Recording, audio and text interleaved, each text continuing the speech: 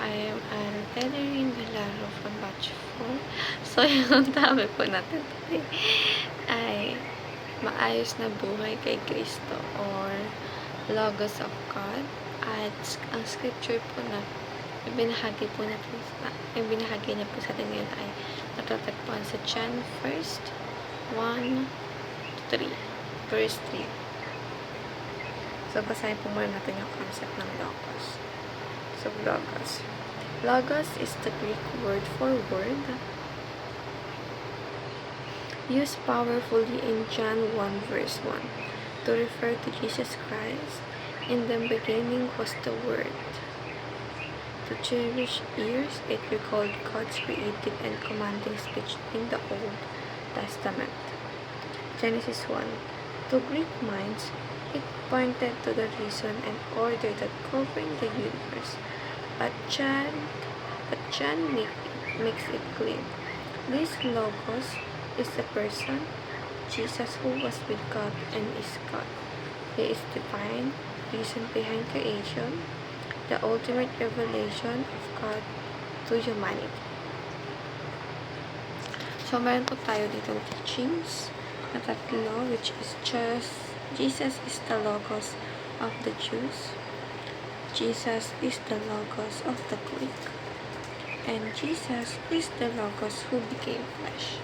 So, dito po, pinapaintindi sa atin ni Pastor Russell yung ibig sabihin ng Logos of God, which is, ang Logos daw po ay nagmula sa Greek word na word.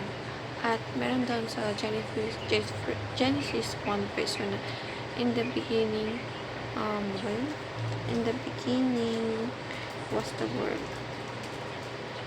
So, hindi po yun basta-basta lang, basta word. Meron po siyang deep meaning na yun po yung nais na gustong ipa-intindihin sa atin ni Pastor Russell dito. At of course, for us to be able to understand it, kaya nga dito mahalaga na nagbabasa tayo ng Biblia dahil lahat ng ito ay matatagpuan natin sa Biblia or malalaman natin sa Biblia.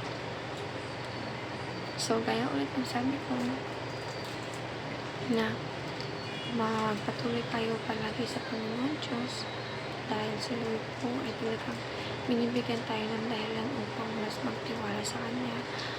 Hindi na nga dapat siya nabibigay sa atin ng dahilan para kasi dapat talaga meron na.